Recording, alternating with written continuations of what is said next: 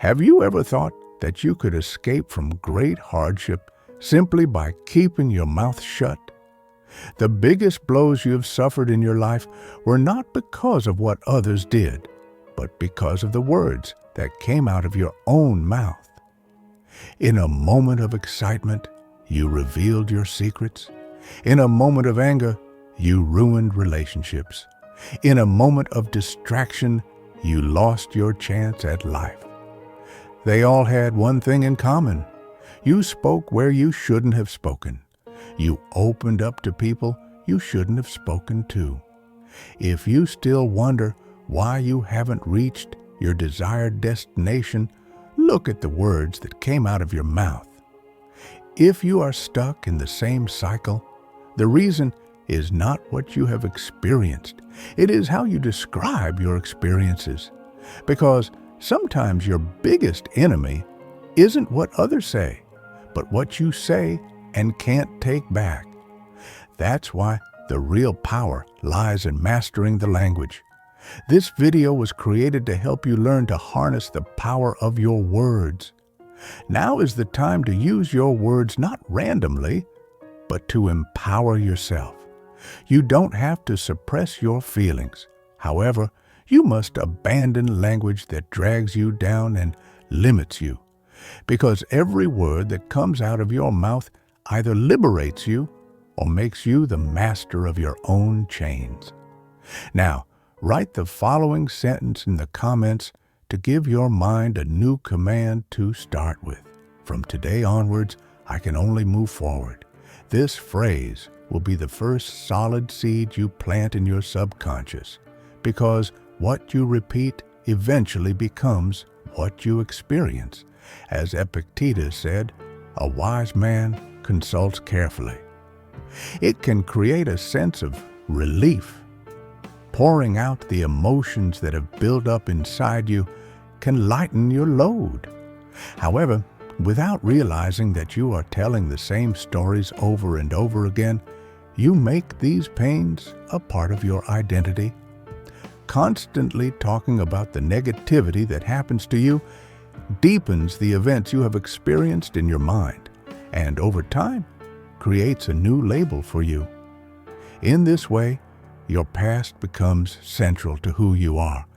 You become defined by what you have experienced.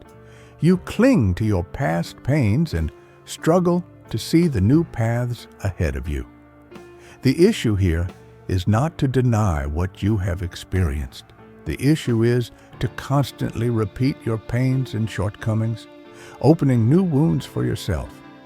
Because with every retelling, the story in your mind deepens and becomes a more permanent identity. The events you have experienced are merely your experiences, not your identity.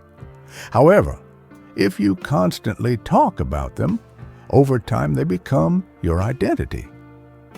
Some people feel the need to discuss their problems before starting or continuing a conversation. At first, this appears to be a need to unburden themselves. But over time, you realize that they have become attached to these stories. Suffering gives them a sense of privilege. The more they talk about their suffering, the more special they feel. As they are listened to, they feel validated, and this gradually turns into an emotional dependency. Every word they say, every complaint they voice, binds them more tightly to their comfort zone. Because if the problem is always outside, then there is no need to change anything inside.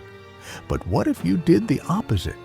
What if, instead of repeating your problems, you started talking about your dreams, talking more about the things that inspire you and less about the things that limit you, changing your narrative?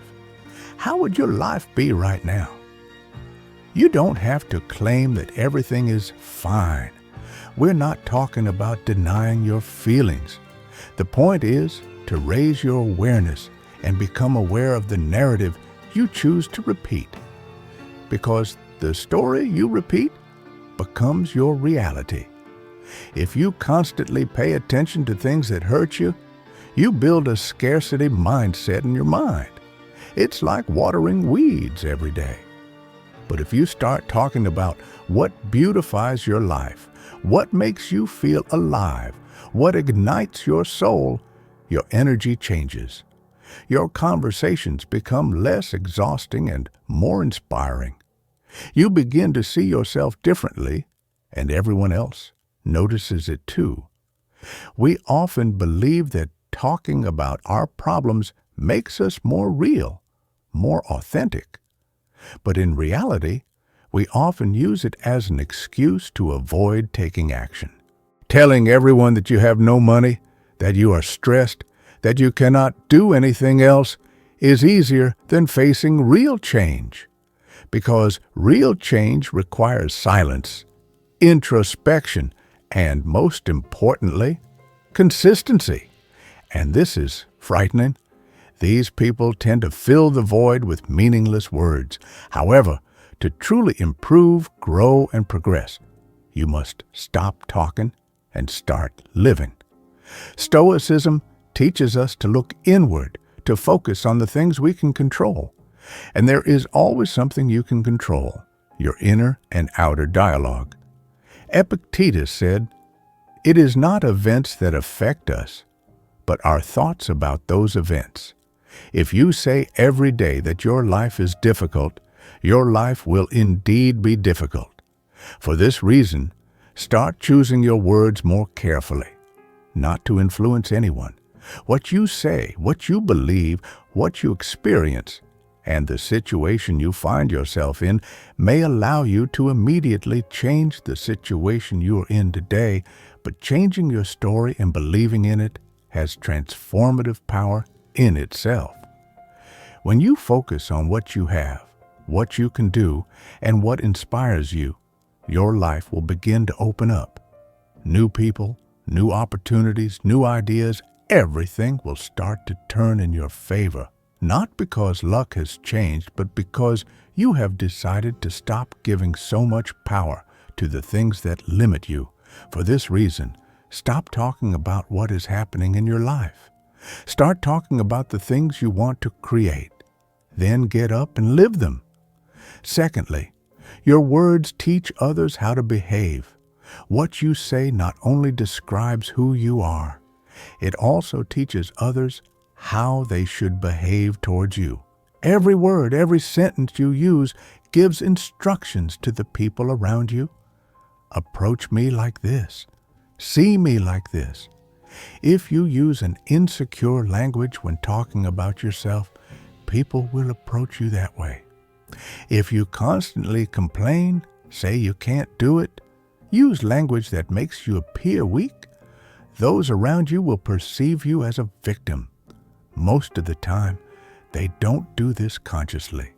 However, your words, your posture, your energy silently whisper who you are. A person who expresses themselves calmly, clearly, and respectfully does not create the same perception as someone who is emotionally overwhelmed and floundering. This is not acting. It is not hiding behind a mask. It is not suppressing your feelings. It is consciously choosing how to express them.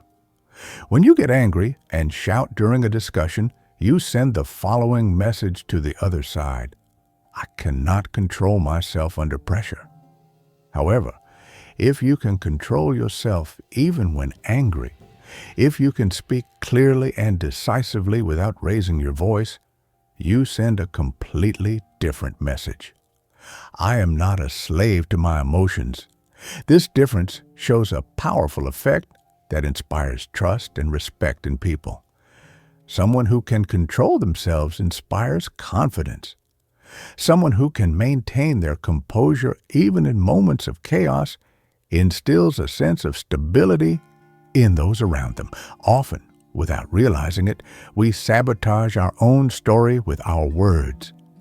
If you constantly say to yourself, I always fail, you are not only engraving this message in your own mind, you are also inviting others to see you that way. If you don't determine how you want to be treated, others will fill that void as they see fit. For this reason, be clear and decisive in your language. Be clear when you are tired. Be clear when you are angry. Because the most memorable words are often those spoken in these difficult moments. Being strong does not mean shouting. Influencing people does not mean forcing them to accept you. True strength is being able to speak with consistency and determination, even when your emotions are running high. Your body language, the look in your eyes, small pauses between words, all of these convey silent but very powerful messages, and often people remember how you spoke more than what you said. This means that your conversations should not be weak, but should reflect your conscious stance. People should get this impression when they meet you. This person is in control of themselves. This person knows how to respect both themselves and others. Expressing your feelings is never a weakness. True strength lies not in suppressing your feelings, but in sharing them in a balanced and conscious way. This is how real bonds are formed. But remember this: indiscriminately scattering your inner feelings around does not bring you closer to people. It only fills the environment with noise. Healthy bonds arise from openness, built with moderation and awareness. Stoicism teaches precisely this. Strengthen your inner control and ensure your words are not merely an outlet for emotion, but a reflection of a consistent character. As Marcus Aurelius said, speak only when necessary, and let your words be both gentle and resolute. You don't need to raise your voice or surrender to your emotions to express yourself in order to make an impression on people. The real power lies in knowing when and how to speak. Speaking consciously and thoughtfully without being swept away by the storm of emotions. This is where true influence comes from. Remember this: people treat you the way you treat yourself. If you value yourself, others will value you too. If you pay attention to your own words, others will pay attention to what you say. Use those words to steer your life. Let your power be felt in every sentence. And remember, the way you speak doesn't just describe you, it builds who you are.